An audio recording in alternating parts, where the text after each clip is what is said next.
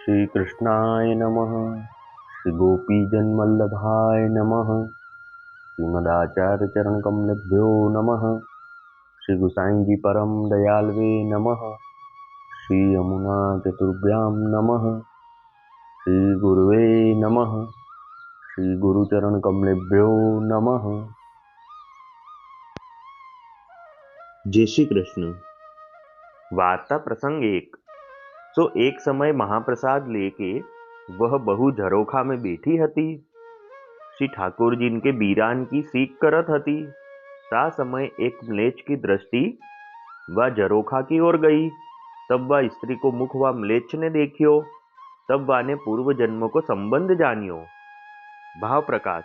सो काहे थे जो या बहू के नेत्र में वह म्लेच्छ को श्री गोवर्धन नाथ जी के साक्षात दर्शन भये। तब ताको विषण भाव भयो। ताते पूर्व जन्म की स्मृति भई। तो वह स्त्री को नित्य वह म्लेच्छ देखे बिनु अन्न न खाई। सो वह म्लेच्छ नित्य वा के द्वार पे जाई बैठे। सो जब वह स्त्री को मुख देखे तब जलपान वह म्लेच्छ करे। नात्रु ऐसे ही ठाड़ो रहे। जब कोई पूछे तब वह म्लेच्छ कहे, जो या स्त्री को मुख देखूंगो तब अन्न लेऊंगो। सो ऐसे नित्य वह करे, परी देखे बिना रहे नाही। और जो जब वह दिखाई न देई तो तबलो एक दो दिन चारी दिन भूखो ही मरे, परी कहूँ जाए नाही। सो ऐसे करत वाके सगरे सहोदर जाति पार पड़ोसी जानन लागे। और लौकिक में गांव में व देश में वह स्त्री की निंदा बहुत ही होने लागी। तब वह स्त्री के घर के महा चिंता करन लागे। और अब कहा करिए, जो यह म्लेच्छ तो नित्य ही पीछे परियो है। सो ऐसे बहुत उपाय करी कि वह म्लेच्छ को बहुत ही समझायो, परी म्लेच्छ हूँ माने नाही। और दिन दिन निंदा तो बहुत ही होन लागी। तब वह स्त्री के घर के मनुष्य ने विचार कियो, जो अब कहा करिए।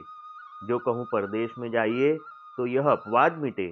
तब वह बहू ने अपने घर के इनते कहो, जो मैं तुम्हारे घर में बुरी आई, जो मेरे आए थे ऐसी निंदा होत है। और घर हूँ छोड़न आयो, और ऐसे हूँ छोड़नो आयो। ताते और देश जाइवे को विचार करत हो तो एक विनती मैं करो, जो तुम सबन के मन में आवे तो। तब वह के ससुर ने कहो, जो कही हम प्रसन्न हैं। तब वह बहू ने कही, जो मेरी ओर ते निंदा भई है सो बुरो, और घर छूटे देश छूटे तो बुरो ते बुरो। इतनो भलो है जो और देश ना जाइए, एक सी गोकुल जाइए तो भलो है। तब तहाँ श्री गुसाई जी के दर्शन होंगे, जो सातों स्वरूपन को दर्शन होएगो। श्री यमुना जी को दर्शन होएगो, और श्री गुसाई जी के सब बालकन के दर्शन होंगे, और संपूर्ण ब्रजभूमि के दर्शन होंगे। सो यह मैं विनती करत हूँ, अब तुम प्रसन्न हो सो बात करो। तब तो सब घर के व बहू के वचन सुनी के बहुत ही प्रसन्न भये। कहे, जो श्याबाश बहू तेने आछी बात कही। यह उपद्रव उठियो है सो आछो है, आछो ही उठियो है। जो निजेच्छातः करिष्यति। श्री प्रभु जी आप करेंगे सो उत्तम ही करेंगे। जो इतने में यह दुष्ट हु भूली जाएगो। ऐसो निश्चय अपने मन में विचारी के सवेरे ही एक दो ही गाड़ी भाड़े करी के उन गाड़ी में सब वस्तु धरी के सिद्ध करी के राखी। जब दूसरे दिन सब तैयारी करी, तब वह म्लेच्छ ने गाड़ी देखी कि गाड़ीवान से पूछ्यो, जो यह गाड़ी कौन सी भरी है और कहाँ को जाएगी। तब वह गाड़ीवान ने वह म्लेच्छ सो कही, जो अमू के साहूकार के घर से सब गोकुल जात हैं। तब ऐसे सुनी के वह म्लेच्छ साथ चली भी को तैयार भयो। ता पाछे वे सब गाड़ी जुड़ाई के चले, तो कोस दो ही चार पार गए। तब देखे तो वह दुष्ट म्लेच्छ पाछे आवत है। तब सबन ने अपने मन में विचार्यो, जो जाके लिए घर छोड़ियो हतो सो तो रोग साथ ही है। तो ऐसे करत कोई दिन में श्री गोकुल में जाई पहुंचे। तब ये सब नाव में बैठे, और वह नाव वाले मल्लाह तो साहूकार ने कहो, जो यह एक म्लेच्छ हमारे साथ में नाही है, तासो या म्लेच्छ को नाव में मती बैठारियो, या को पार मती उतारियो। ऐसे वह साहूकार ने उन मल्हान सो कही के वह म्लेच्छ को नाव में बैठन न दीनो। ता पाछे और सब पार उतरी गए, और वह म्लेच्छ श्री यमुना जी के कांठे बैठियो रहो। और उन सब ने जाई के श्री गुसाई जी के दर्शन किए। ता पाछे श्री नवनीत प्रिया जी के दर्शन खुले। तो राजभोग आरती के दर्शन करी के परम आनंद पाए। ता पाछे अनुसर कराई के श्री गुसाई जी आप बैठक में पधारे। तब वह साहूकार तो श्री गुसाई जी श्री मुख से कहे, जो तुम रसोई मती करियो, आज महाप्रसाद यहाँ ही लीजियो। और तुम कितने जने हो? तब वह साहूकार ने कहियो, जो महाराज हम तो 4 जने हैं। तब श्री गुसाई जी आप श्री मुख से कहे, जो तुम तो 5 जने हो, 4 को नाम तुम क्यों कहत हो? तुम्हारे साथ में एक वैष्णव और आयो है, जो ताको तुम बुलाओ। तब इन साहूकार ने श्री गुसाई जी से विनती करी, जो महाराजाधिराज यूं तो साथ में अनेक आवत है, पर ये हमारे घर के तो हम 4 ही मनुष्य हैं, और तो चाकर हैं तो सीधो पावत हैं। तब फेरी श्री गुसाई जी आज्ञा किए, जो चाकरन की कहा है, पर वह तो तुम्हारे साथ ही आयो है, जो तुमसो वाको इसने बहुत ही है, तासो वाको बुलाओ। ता पछी श्री गुसाई जी तो आप भोजन को पधारे। तो भोजन करी आचमन ले मुख शुद्धार्थ बीरा रोगी के, उनको महाप्रसाद की पात्री 5 धराई। तब फेरी के श्री गुसाई जी श्री मुख से आज्ञा करे, जो तुम 5 ही जने महाप्रसाद लेऊ। वह 5वें वैष्णव को बुलाई के, तुम सब संग ही महाप्रसाद लेऊ। तो ऐसे श्री गुसाई जी आज्ञा करी के आप तो भीतर पधारे। ता पाछे चारों जने तो बैठे ही रहे। पाछे श्री गुसाई जी आप फेरी बाहिर पधारे। तब देखे तो महाप्रसाद धरियो है, और चारों वैष्णव बैठे हैं। तब श्री गुसाई जी श्री मुख से कहे, जो तुम बैठी क्यों रहे हो? तब वह साहूकार ने श्री गुसाई जी से विनती करी, जो महाराजाधिराज हमारे संग में तो कोई 5वां वैष्णव है नहीं, जो एक तो है, एक तो मैं, एक मेरी बहू, एक मेरो बेटा, एक बेटा की बहू, ये हम 4 ही जने हैं, और तो कोई है नहीं। और तो ऐसे साथ में बहुत है, तो बिना जाने कौन को बुलावे। और आप आज्ञा करी के पधारे, जो तुम 5 ही वैष्णव बैठी के महाप्रसाद लीजो, ताते हम बैठी रहे हैं। तब श्री गुसाई जी श्री मुख से आज्ञा किए, जो तुम पार कौन को छोड़ी आए हो, सो ऐसे अनुचित तुमको नहीं नहीं चाहिए। जो वह तो परम कृपा पात्र भगवदीय है, वाको अवश्य बुलाओ। तब तो वह साहूकार अपने मन में खिसियाई के चुप करी रहो, पाछे कछु बोलियो नाही। तब श्री गुसाई जी ने एक मनुष्य को बुलाई के कहो, जो तू नाव ले आई के पार जा, तो वहाँ एक वैष्णव बैठियो है, सो आसुरी देह संबंधी है, तो वाको तू बुलाई ले आऊ। ता पाछे वह मनुष्य नाव लाई लिवाई के पार गयो, तो वाको नाव में बिठारी के ले आयो। तब वह मनुष्य ने आई के श्री गुसाई जी से विनती करी, जो महाराज वह वैष्णव आयो है। तब श्री गुसाई जी आप वैष्णव से कहो, मनुष्य से कहो, जो वाको ठकुरानी घाट पर स्नान कराई के नए वस्त्र पहराई के लिवाई ले आऊ। तब ऊ तो वाको श्री ठकुरानी घाट स्नान कराई, नए वस्त्र पहराई के लिवाई ले आयो। तब वाने श्री गुसाई जी को आए के दंडवत कीनी। ता समय वाको श्री गुसाई जी के पूरन पुरुषोत्तम के दर्शन भये। तब वाको बहुत ही आनंद भयो। सो वाई आनंद में श्री गुसाई जी के सन्मुख देखी रहो। तब श्री गुसाई जी हो वाको कृपा कटाक्ष तो देखी के वाको नाम उपदेश दे, दृष्टि द्वारा ही निवेदन को दान किए। ता पाछे श्री गुसाई जी आप श्री मुख से आज्ञा करे, जो अब तुम 5 जन महाप्रसाद लेऊ। तब एक पात्री वाको धरी। तब श्री गुसाई जी एक सांगा माची धराई के बीच में विराजे। तो एक और तो वह वैष्णव इकलोई महाप्रसाद ले, और एक और वे चारों जने महाप्रसाद ले, और श्री गुसाई जी को निरखते जाई, और महाप्रसाद लेत जाई। इतने ही वहां ते उठी के श्री गुसाई जी आप भीतर पधारे। और वह इकलोई जो महाप्रसाद लेत हतो, सो ताको तो पातर पे बैठे ही मूर्छा आई, सो गिरी पर्यो। सो अत्यंत विरह ताप भयो, सो वाकी देह छूटी गई। तब इतने ही में शोर भयो, तो सब वैष्णव कहन लागे, जो देखो यह कहा भयो। सो इतने में ही श्री गुसाई जी आपू सुने। तब श्री गुसाई जी के रोमांच होई आए, और हृदय भरी आयो। ता पाछे श्री गुसाई जी श्री मुख से आज्ञा किए, जो ऐसे प्रेमी भक्त होने दुर्लभ हैं। तब सब वैष्णव और जो साहूकार वाके साथ आयो हतो, तासो श्री गुसाई जी आज्ञा किए, जो तुम याको श्री यमुना जी के किनारे पर ले जाएंगे, अग्नि संस्कार करी आओ। तब वे वैष्णव आनाकानी करन लागे। तब श्री गुसाई जी आज्ञा करे, जो तुम या बात में कछु संदेह मती करो, यह तो अलौकिक जीव है, या की देह को विचार तुम अपने मन में मती ले आओ, जो या में तुमको कछु बाधक नाही है, जो स्नान मात्र ते ही शुद्ध होगे। अब या को संस्कार करी आओ, ता पाछे या की बात हो तुमसो कहूंगो। तब वे वैष्णव को यमुना जी के किनारे ले जाई, काष्ट मंगाई के अग्नि संस्कार कियो। ता पाछे न्याय शुद्ध हुई अपने घर आए। ता पाछे दूसरे दिन श्री गुसाई जी अपनी बैठक में बिराजे हते। तो उत्थापन ते पहले श्री गुसाई जी सदैव कथा कहत हते। ताही भांति कथा कहत हते। ताही भांति आप कथा कहत हते। तब उन वैष्णवन ने श्री गुसाई जी पास आई की विनती करी, जो महाराजाधिराज आप आज्ञा कीनी हती, जो या को अग्नि संस्कार करी आओ, पाछे या की बात कहूंगो। तो अब आप कृपा करी के कहिए, यह पूर्व जन्म को कौन है, और या की देह को संबंध ऐसे क्यों भयो है, और या की या रीति सो अकस्मात मृत्यु कैसे भई, सो वह सब हमसो कहिए। तब श्री गुसाई जी आप श्रीमुख से आज्ञा किए, जो वैष्णव सुनो। जो या साहूकार वैष्णव के साथ यह आयो हतो, सो या के बेटा की बहू सो वाकी आसक्ति हती। सो स्त्री पुरुष सब बैठे हते। तब श्री गुसाई जी श्रीमुख से आज्ञा किए, जो यह पूर्व देश में पटना के पास आगे कोस 4-5 ऊपर एक गांव है, तहाँ यह पूर्व जन्म में ब्राह्मण हतो। तो परम भगवदीय कृपा पात्र वैष्णव हतो। तो यह बाई या की स्त्री हती। सो ये दो जने भगवदीय कृपा पात्र हते। सो ये दो जने भगवत सेवा बहुत ही भली भांति सो करते, जो श्री ठाकुर जी आप इनसो प्रत्यक्ष बातें करते। और रात्रि को स्त्री पुरुष दो जने परस्पर भगवत वार्ता करते। सो यूं करत करत सब रात्रि बीतत हुई जाती, और ये दो जन लौकिक व्यवहार कछु जन्म पर्यंत जाने ही नहीं। और इन दोनों के परस्पर अत्यंत स्नेह हतो, सो अलौकिक स्नेह हतो। तो एक समय यह ब्राह्मण कहूँ भिक्षार्थ को गयो हतो, और पीछे सो एक वैष्णव आयो। तो इनके घर वह वैष्णव कबूक आवतो जातो, सो भगवत वार्ता करतो। सो दो ही चारी घरी बैठतो। तब यह बाई भगवत वार्ता करती सो सुनतो, और वाको घर नेक दूरी हतो।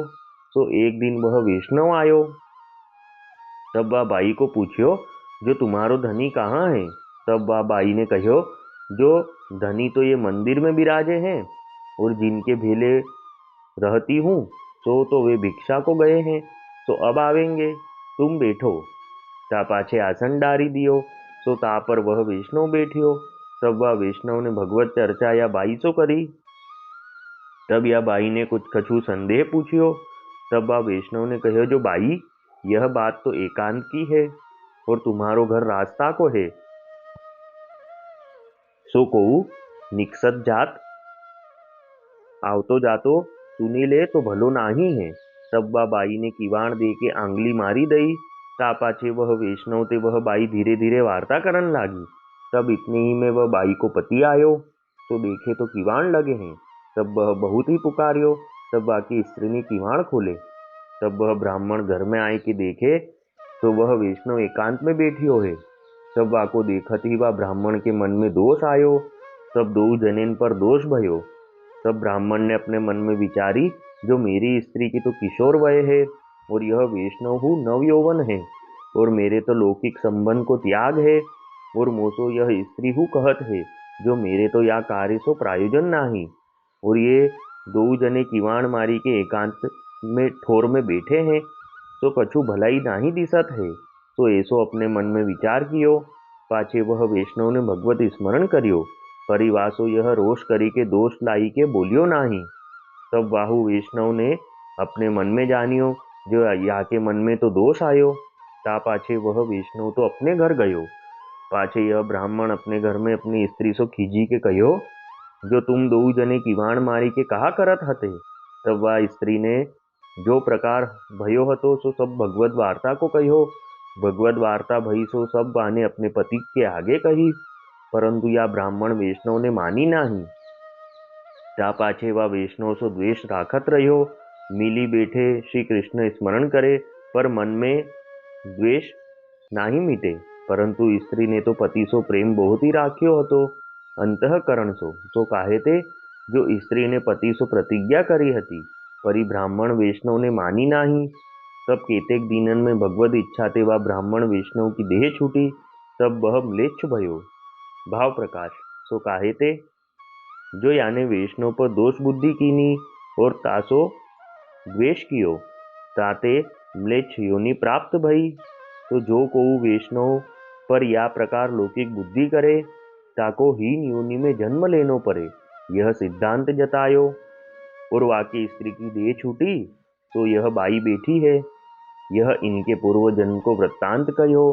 और अब के जन्म में या बाई पर एक दिन या म्लेच्छ की दृष्टि पड़ी, तब या बाई के नेत्रन द्वारा श्री गोवर्धन नाथ जी के दर्शन व म्लेच्छ को भये।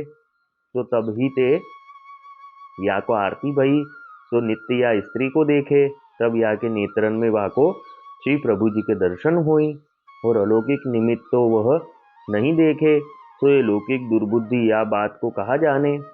जो आ म्लेच्छ ने तो या बाई को पहचानी है, और या ने वाको ना ही पहचानियो है। और वाने तो तुमसो इतनो कहो पियो जो नित्य देखी वे आओ और तुमको वाके पीछे घर छोड़ी के यहाँ लो आवन परियो। तो ऐसे सब वैष्णवन सहित व साहूकार सो श्री गुसाई जी आप श्री मुख से आज्ञा किए। और याने जब मोको देखियो तब या को मेरे दर्शन भय।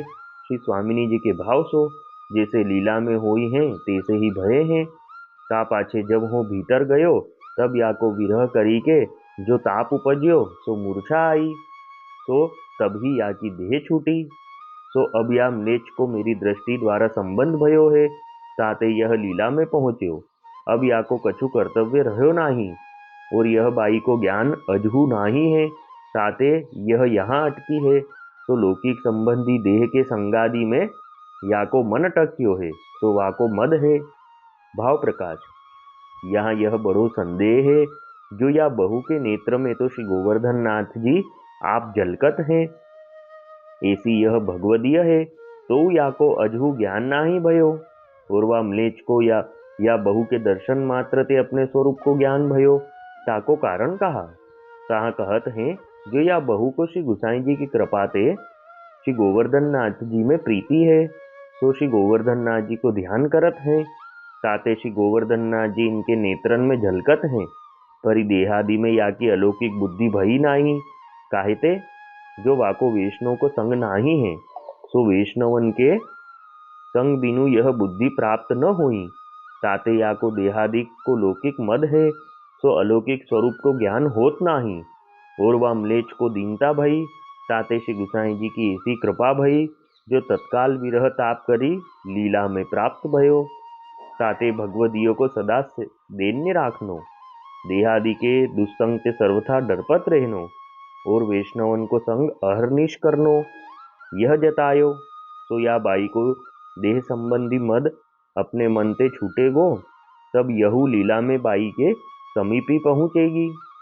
ये दो श्री कृष्ण अवतार में बहन भाई हैं, जो ऐसे श्री गुसाई जी आपने श्री मुक्ति जीव के ऊपर दया करी के इनको सांगोपांग पूर्व जन्म ते लेके तो या जन्मताई को वृत्तांत संपूर्ण कहो।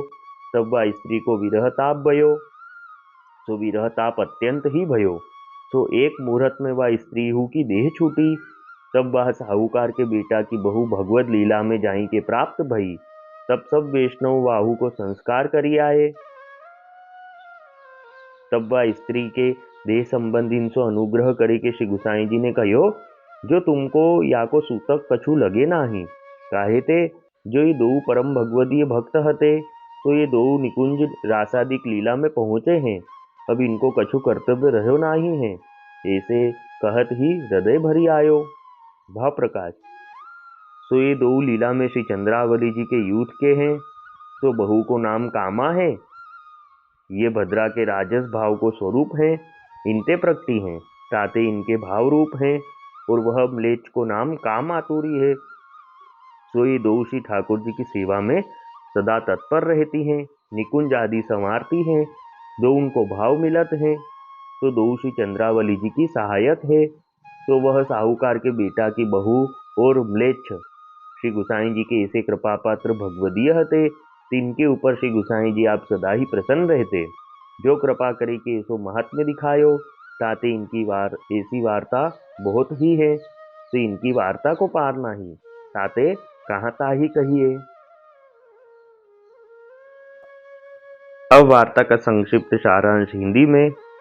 तो एक समय वह बहू महाप्रसाद लेके अपने घर के झरोखे में बैठी थी और श्री ठाकुर जी की बीड़ा की सेवा कर रही थी। तो एक म्लेच्छ की दृष्टि उस बहू पर पड़ी। तब उसे अपने पूर्व जन्म की सुधि हुई। भाव प्रकाश में कहते हैं, उस म्लेच्छ को उस बहू के नेत्रों में श्री गोवर्धन नाथ जी के दर्शन हुए, इसलिए उसको अपने पूर्व जन्म की स्मृति हुई। तो वह व्यक्ति उस बहू का मुख देखे बिना अन्न जल नहीं लेता, नित्य उस स्त्री का मुख देख के ही कुछ खाता। ऐसे दिन पे दिन उनके गांव में चर्चा होने लगी और इनकी निंदा होने लगी। सब वह व्यक्ति को भी समझाते, पर वो किसी की बात नहीं मानता। वो नित्य उस स्त्री को देखता। ऐसे में इनकी पूरे गांव में निंदा होने लगी। तब उस बहू ने कहा, मेरे कारण सबकी निंदा हो रही है, तो हम यहाँ से सब श्री गोकुल को चलते हैं, तो निंदा भी नहीं होगी और वहाँ श्री गुसाई जी आदि सब बालकों के दर्शन नित्य होंगे और ब्रज के भी दर्शन होंगे। तब वह सब अपना सामान लेकर श्री गोकुल की ओर चले। तब वह म्लेच्छ ने भी देखा कि ये जा रहे हैं, तब वह भी इनके पीछे पीछे आया और श्री यमुना जी के किनारे आके बैठ गया। और वह साहूकार ने पहले ही सब नाव वाले मल्लाह को कह दिया था कि एक म्लेच्छ व्यक्ति आएगा, उसको नाव में मत बिठाना, वह हमारे साथ नहीं है। और इनके घर के चारों साहूकार, उनकी पत्नी, उनका बेटा और बहू, ये चारों श्री गोकुल पहुंच के श्री नवनीत प्रिया जी के दर्शन करे। फिर राजभोग आरती के बाद श्री गुसाई जी बैठक में विराजे। तब इन सब ने दंडवत करी। तब श्री गुसाई जी ने आज्ञा करी कि आज महाप्रसाद यहाँ ही लेना और आप तो भोजन में पधारे। फिर भोजन करके आपने वहाँ 5 पातल लगवाई और आपसी ने आज्ञा करी कि आप पांचों जने महाप्रसाद लो। तब वह साहूकार ने श्री गुसाई जी से विनती करी कि महाराज, हम तो 4 ही हैं। तब श्री गुसाई जी ने आज्ञा करी कि जिस 5वें को तुम उस पार छोड़ के आए हो, उसको बुलाओ, वो तो परम कृपा पात्र भगवदीय है। फिर श्री गुसाई जी ने एक मनुष्य भेजा उनको लेने और आज्ञा करी कि उसको स्नान करवा के नए वस्त्र पहना के यहाँ ले आना। फिर उसने आके, वह मनुष्य लेके आया और आके उस मनुष्य ने स्नान किए और नए वस्त्र पहने और जैसे ही श्री गुसाई जी के दर्शन किए तो पूर्ण पुरुषोत्तम के उसको दर्शन हुए। उसने दंडवत करी, तब उसको बहुत आनंद हुआ। फिर आपसी ने उसको नाम उपदेश किया और दृष्टि द्वारा ही उसको निवेदन का दान भी कर दिया। फिर वह पांचों श्री गुसाई जी की आज्ञा से महाप्रसाद लेने बैठे। तब श्री गुसाई जी उन पांचों के सन्मुख ही विराजे। तब तो वह व्यक्ति श्री गुसाई जी को देखते ही जाए। इतने में श्री गुसाई जी आप उठ के अंदर पधारे। इतने में उसको मूर्छा आई और वह वहीं उसकी देह छूट गई। तब सब वैष्णव कहने लगे, ये क्या हुआ? तब श्री गुसाई जी ने सुना। तब आप श्री का हृदय भर आया और आपने आज्ञा करी कि प्रेमी भक्त होना दुर्लभ है। तब श्री गुसाई जी ने वहां सब वैष्णवों से आज्ञा करी कि तुम सब इनका अग्नि संस्कार करो, यह अलौकिक जीव है। फिर इनकी पूर्व जन्म की बात मैं तुमसे कहूंगा। फिर सब वैष्णवों ने उनका अग्नि संस्कार किया और स्नान करके शुद्ध होके सब अपने घर गए। फिर दूसरे दिन जब श्री गुसाई जी उत्थापन के पहले कथा कहते, तब सब आए। तब सबने विनती करी कि महाराज, इसके पूर्व जन्म के बारे में बताएं और इसकी ऐसी अकस्मात मृत्यु क्यों हुई, यह भी बताएं। तब श्री गुसाई जी ने आज्ञा करी कि वैष्णवों सुनो, पहले यह पूर्व जन्म में पटना के पास गांव में रहता था। वहां यह ब्राह्मण था और यह बहू इसकी पत्नी थी। तो ये दोनों कृपापात्र भगवदीय थे। ये दोनों भगवत सेवा करते और श्री ठाकुर जी इनसे प्रत्यक्ष बातें करते। और ये दोनों स्त्री पुरुष लौकिक व्यवहार कुछ करते नहीं और ये दोनों में परस्पर स्नेह बहुत था। तो एक समय ये ब्राह्मण भिक्षा लेने गए थे। तब एक वैष्णव इनके घर आया और वह वैष्णव पहले भी बहुत बार आया करता था। तो जब वह आता तब भगवत वार्ता करता। तब उस दिन भी दोनों भगवत वार्ता करने लगे और इतने में वह स्त्री को कुछ संदेह हुआ वार्ता में। तो उसने वह वैष्णव से पूछा। तब उसने कहा कि यह तो गोप्य वार्ता है, एकांत में ही कह सकते हैं, क्योंकि यह किसी दूसरे को सुनाई नहीं देना चाहिए। तब वह स्त्री ने किवाड़ बंद कर दिया और दोनों भगवत वार्ता करने लगे। इतने में वह स्त्री का पति वह ब्राह्मण आया और उसने किवाड़ खुलवाया। तब उसकी स्त्री ने किवाड़ खोला। तब वह ब्राह्मण ने अंदर आके देखा तो ये वैष्णव बैठा था। तब उस ब्राह्मण ने देखा और उसके मन में दोष आया और उसने अपने मन में विचार किया, मेरी स्त्री नवयौवना है और ये भी युवान है और ये किवाड़ लगा के बैठे थे, तो मुझे तो यह कुछ भला तो दिख नहीं रहा। तब वह वैष्णव ने यह ब्राह्मण को भगवत स्मरण किए, परंतु इन ब्राह्मण ने भगवत स्मरण नहीं किए और इनको तो दोष बुद्धि हुई। फिर वह वैष्णव अपने घर गया। तब यह ब्राह्मण ने अपनी स्त्री से खीजी के कहा कि तुम दोनों किवाड़ लगा के क्या कर रहे थे। तब स्त्री ने कहा कि हम तो भगवत वार्ता कर रहे थे और जो वार्ता थी वह सब कह सुनाई। तब वह ब्राह्मण ने तो स्त्री की बात मानी नहीं। फिर कुछ दिन बाद वह ब्राह्मण की देह छूटी, तो इस जन्म में वह म्लेच्छ हुआ।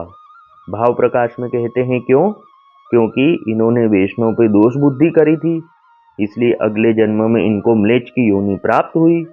तो जो भी वैष्णव पे लौकिक बुद्धि रखता है उसको हीन योनि प्राप्त होती है। और इस जन्म में वह ब्राह्मण की स्त्री यह बहू थी, तो इस जन्म में उसको यह बहू के नेत्रों में श्री गोवर्धन नाथ जी के दर्शन होते, इसलिए ये नित्य आपकी बहू को देखता। और वह म्लेच्छ ने यह बहू को पहचान लिया था। तब कहते हैं कि वह म्लेच्छ को सब ज्ञान हो गया था, पर यह बहू को नहीं हुआ।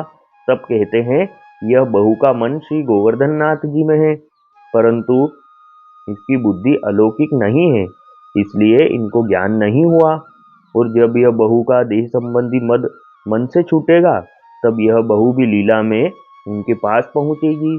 ये दोनों कृष्ण अवतार में बहन भाई हैं। ऐसे श्री गोसाई जी ने श्रीमुख से पूर्व जन्म से लेके दोनों का इस जन्म तक का सब वृत्तांत सुनाया। तब वह बहू को बहुत विरह ताप हुआ और एक मुहूर्त में उसकी भी देह छूटी और वह भगवत लीला में प्राप्त हुई। तब श्री गोसाई जी ने वह साहूकार से कहा कि तुमको इसका सूतक नहीं लगेगा। ये दोनों परम भगवदीय भक्त थे, ये निकुंज रासादिक लीला में पहुंचे हैं, अब इनका कुछ भी कर्तव्य शेष नहीं रहा है। भाव प्रकाश में समझाते हैं, ये दोनों लीला में श्री चंद्रावली जी की सखी हैं। ये दोनों श्री ठाकुर जी की सेवा में सदा तत्पर रहते हैं। इन दोनों का भाव भी मिलता है। तो वह साहूकार के बेटा की बहू और वह म्लेच्छ श्री गोसाई जी के ऐसे कृपा पात्र भगवदीय थे।